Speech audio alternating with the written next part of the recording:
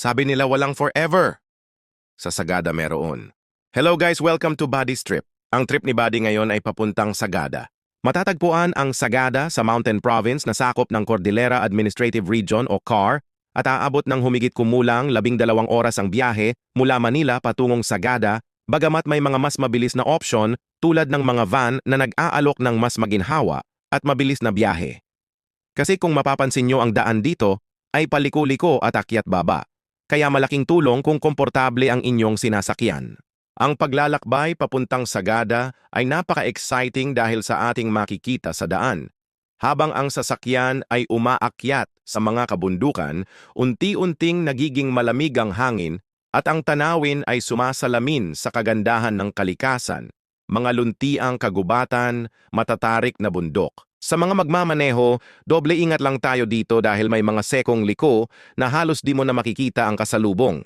Siguraduhin din natin na alam at kung kailan gagamit ng lower gears dahil kadalasan dito, matatarik na bangin ang mga gilid ng kalsada at kadalasan walang mga barriers. Dahil isang stopover lang kami galing Cabuyao, nakuha lang namin ng 9 at kalahati oras ang biyahe.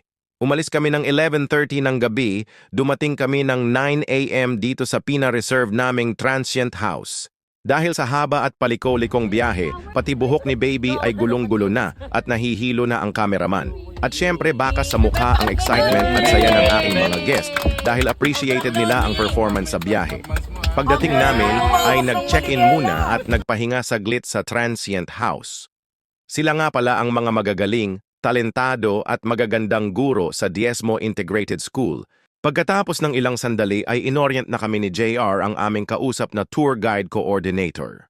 Kung saan dinidiscuss niya ang aming itinerary, mga dapat gawin, ano ang pwede at hindi pwede, at lahat ng alituntunin sa buong pamamasyal namin dito sa Sagada, lalo na ang isa naming kasama ay may dalang bata.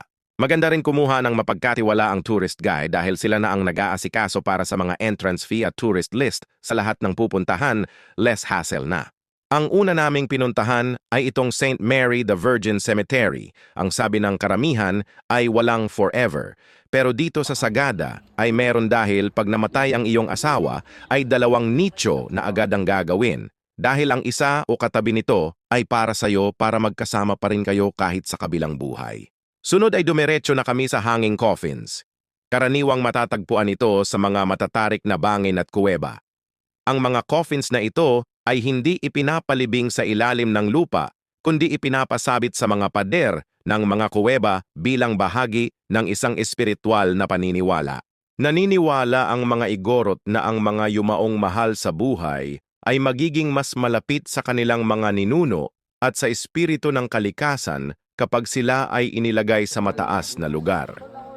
Ang mga nakasabit na kabaong ay nagpapakita ng paggalang sa mga namatay at isang paraan ng pagpaparangal sa kanilang mga ninuno.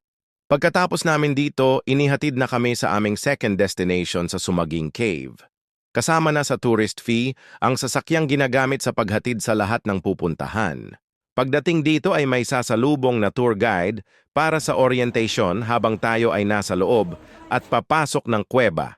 Importante na dapat sundin natin ang lahat ng paalala nila para sa kaligtasan at kaayusan nating lahat dahil delikado rin ang pagbaba hanggang sa dulo nito. Nung nagpabook kami para sa tour guide, akala ko sobrang mahal ito para sa per head na bayad.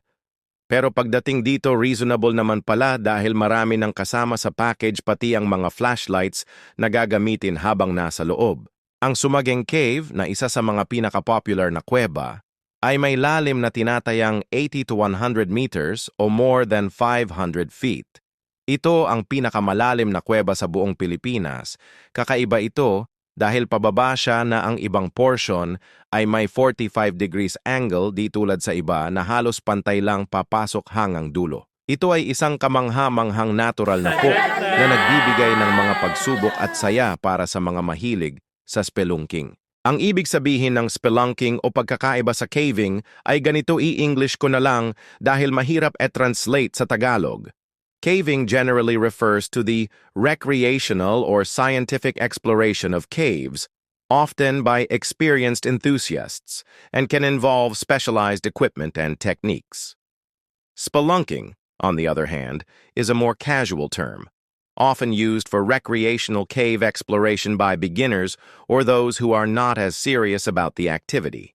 Dugo ilong ko dun ah. Dito sa second stage, may nakikita na kaming mga rock formation o tinatawag na stalactites at stalagmites na parehong formasyon na matatagpuan sa mga kuweba, ngunit lumalaki sila sa magkasalungat na direksyon. Ang mga stalactite ay nakasabit sa taas, habang ang mga stalagmite ay lumalaki pataas mula sa sahig.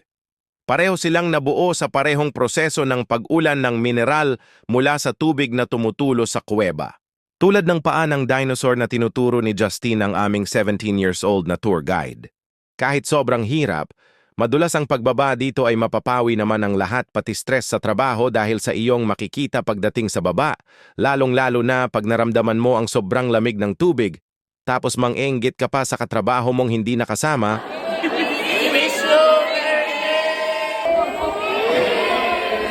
Sagad?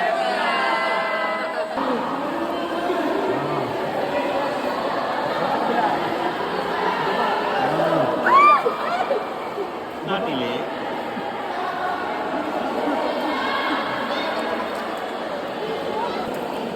Kaya?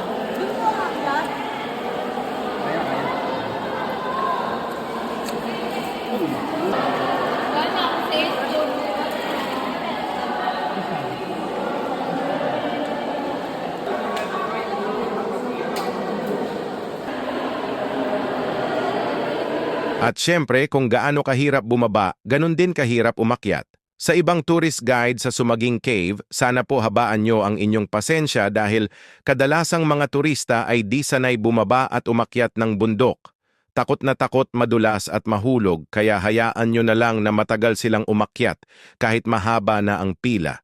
At sana din sa LGU ng Sagada mapaayos yung matarik, madulas at mabatong parte ng kuweba para sa kaligtasan ng lahat na hindi masisira ang mga natural na ganda sa loob dahil libo-libong taon bago mabuo ang mga ito.